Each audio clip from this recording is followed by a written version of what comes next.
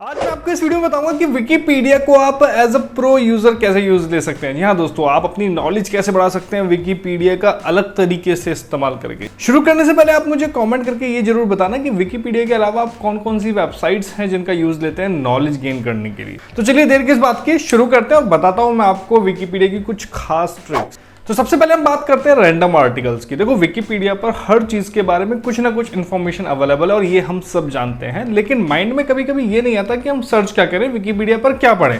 तो इसीलिए विकिपीडिया आपको एक फीचर देता है रैंडम आर्टिकल्स पढ़ने का, जिससे जो भी आपके सामने आए वो पढ़ लो, डेली एक आर्टिकल पढ़ लो और अपनी नॉलेज को थोड़ा सा इंक्रीज कर लो और नॉलेज को पावर में बदल लो। इसके लिए आपको क्या करना होगा, सीधा विकिपीडिया आर्टिकल पेज पे आपको जाना है। अपर लेफ्ट कॉर्नर में एक लाइन मेन्यू यहाँ पे आपको मिलेगा, इसमें आपको सीधा रैंडम आर्टिकल का ऑप्शन मिल जाता है। जस्ट आपको इस पे क्लिक करना और जितनी बार क्लिक करेंगे हर बार आपको एक नया आर्टिकल सामने देखने को मिलेगा जिसे आप पढ़ सकते हैं। किसी न किसी पर्सन, प्लेस और थिंग के बारे में आप कोई ना कोई आर्टिकल यहाँ पे जरूर देखेंगे और डेली आप रैंडमली अपनी नॉलेज को एक नया आर्टिकल के साथ इंक्रीज कर सकते हैं। मैंने तो इस रैंडम आर्टिकल की एक छोटी सी ऐप बनाई हुई है। मुझे जब कुछ नया या फिर कुछ अलग पढ़ना होता है तो जस्ट मैं इसको रन कर लेता हूँ, एक नया आर्टिकल मेरे सामने जाता है। अगर आप भी इसको बनाना चाहते हैं तो आपको क्या करना होगा, जस्ट जो मैं स्क्रीन पर लिंक आपको दिखा रहा हूं इसको अपने नोटपैड में डालना है और इसके आगे आपको लगा देना स्टार्ट और स्पेस। ठीक है, अब आप इस फाइल को सेव कर लेंगे, अपना कोई भी नाम रख देंगे और .bat एक्सटेंशन यहाँ पे लगा देंगे। बस आपकी भी ऐप तैयार है। इसको शॉर्टकट बनाकर आप एक नया आइकन दे सकते हैं अपना मनपसंद, और जस्ट आपको जब भी एक नया आर्टिकल पढ़ना हो डबल क्लिक कीजिए और रन कीजिए और नया आर्टिकल पढ़ लीजिए। इसके अलावा आप इस रैंडम आर्टिकल के लिंक को अपने ब्राउजर के डिफॉल्ट पेज में भी लगा सकते हैं, जिससे कि जब भी आप अपना ब्राउजर ओपन करें एक नया आर्टिकल आपके सामने आ जाए। तो आपकी चॉइस के ऊपर है कि आप इस लिंक का यूज कैसे ले सकते हैं। अपने फोन के ब्राउजर में भी इस लिंक को आप डिफॉल्ट सेट कर सकते हैं, जिससे आप अपने फोन में भी विकिपीडिया को इफेक्टिवली यूज ले पाए। तो ऐसे बहुत से तरीके हैं इस लिंक के जिनका आप यूज ले सकते हैं। बढ़ते हैं अगली ट्रिक पर। विकिपीडिया का नियर बाय फीचर भी काफी अमेजिंग है। इसमें आप पूरे वर्ल्ड में कहीं पर भी किसी भी पॉइंट पर हो, ये आपके आसपास के आर्टिकल्स की लिस्ट आपको दे देगा, जिसमें आप अपने आसपास की लोकेशंस के बारे में जान सकते हैं, लोगों के बारे में जान सकते हैं, कुछ पर्सनालिटीज के बारे में जानकारी ले सकते हैं। नियर बाय फीचर यूज करने के लिए आपको ये लिंक आपको सेव कर लेना है। ठीक है, जो मैं आपको स्क्रीन पर दिखा रहा हूँ, ये सभी लिंक आपको डिस्क्रिप्शन में भी मिल जाएंगे, आप वहां से कॉपी कर लीजिएगा।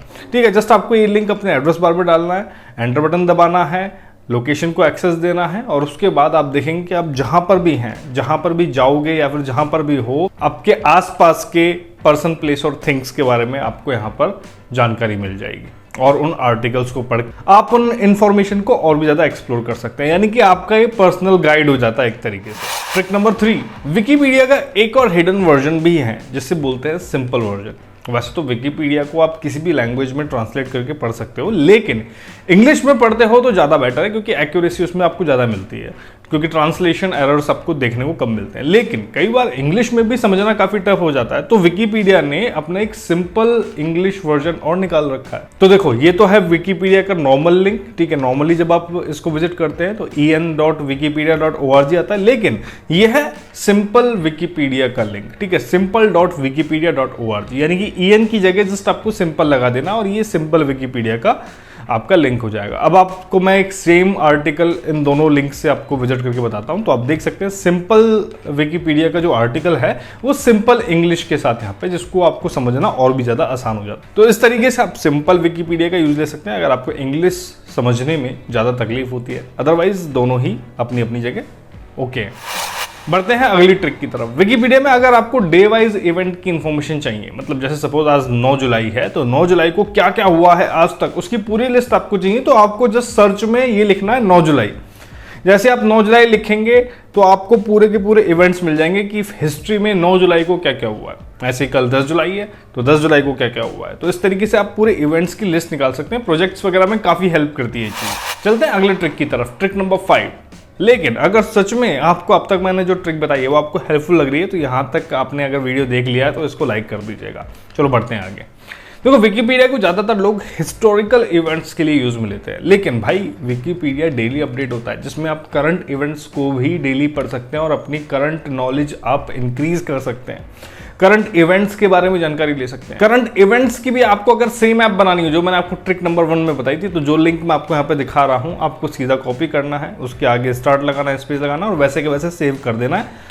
करंट इवेंट्स के नाम से और .bat आप लगा देंगे। ठीक है, तो ये आप कर लेंगे। यहाँ पर आप रिसेंट डेट वाइज आप इवेंट्स देख सकते हैं और पूरे वर्ल्ड में क्या क्या हो रहा है उसके बारे में पढ़ सकते हैं। वहीं अगर आप विकिपीडिया के पेज पे जाओगे तो वही 3 लाइन्स मेन्यू में आपको ये करंट इवेंट्स के नाम पे मिल जाएगा। जैसे आप करंट इवेंट्स पे क्लिक करेंगे तो आप करंट न्यूज़ के बारे में जान सकते हैं। तो चलो अब इस वीडियो की आखिरी और इंपॉर्टेंट ट्रिक मैं आपको बता रहा हूं। अगर आप ज़्यादातर ऐसी लोकेशन पर रहते हैं जहां पर इंटरनेट कनेक्टिविटी की समस्या है या फिर आपके पास इंटरनेट नहीं रहता है, तो भैया आपको जानकर हैरानी हुई कि मैं इस वीडियो में आपको विकिपीडिया डाउनलोड करना भी बता दूंगा। यानी कि आप विकिपीडिया को पूरा का पूरा डाउनलोड कर सकते हैं और जब चाहे अपनी इच्छा के अनुसार जब आपको नॉलेज लेनी हो तो बिना इंटरनेट के भी आप विकिपीडिया यूज ले सकते हैं। इसके लिए जस्ट आपको एक टूल डाउनलोड करना होगा जिसका नाम है कीविक्स। ठीक है, कीविक्स को आप डाउनलोड करने के बाद आपके पास एक जिप फाइल आएगी। जिप फाइल को एक्सट्रैक्ट करेंगे और यहाँ पर डेस्कटॉप क्लाइंट आएगा कीविक्स का, इसको आप रन करेंगे।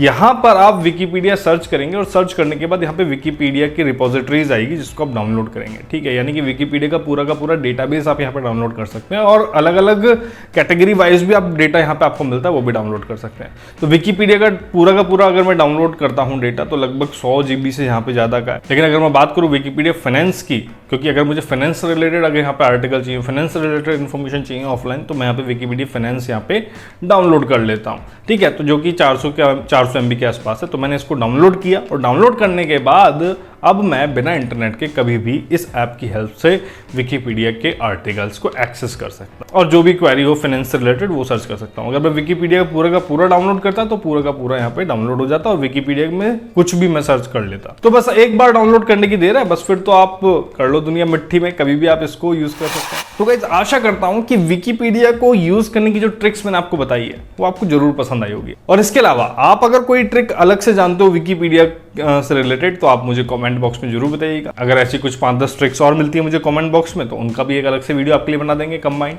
मिलते हैं आपसे जल्द ही अगले वीडियो में एक और नई इन्फॉर्मेशन के साथ। तब तक के लिए धन्यवाद। जय हिंद।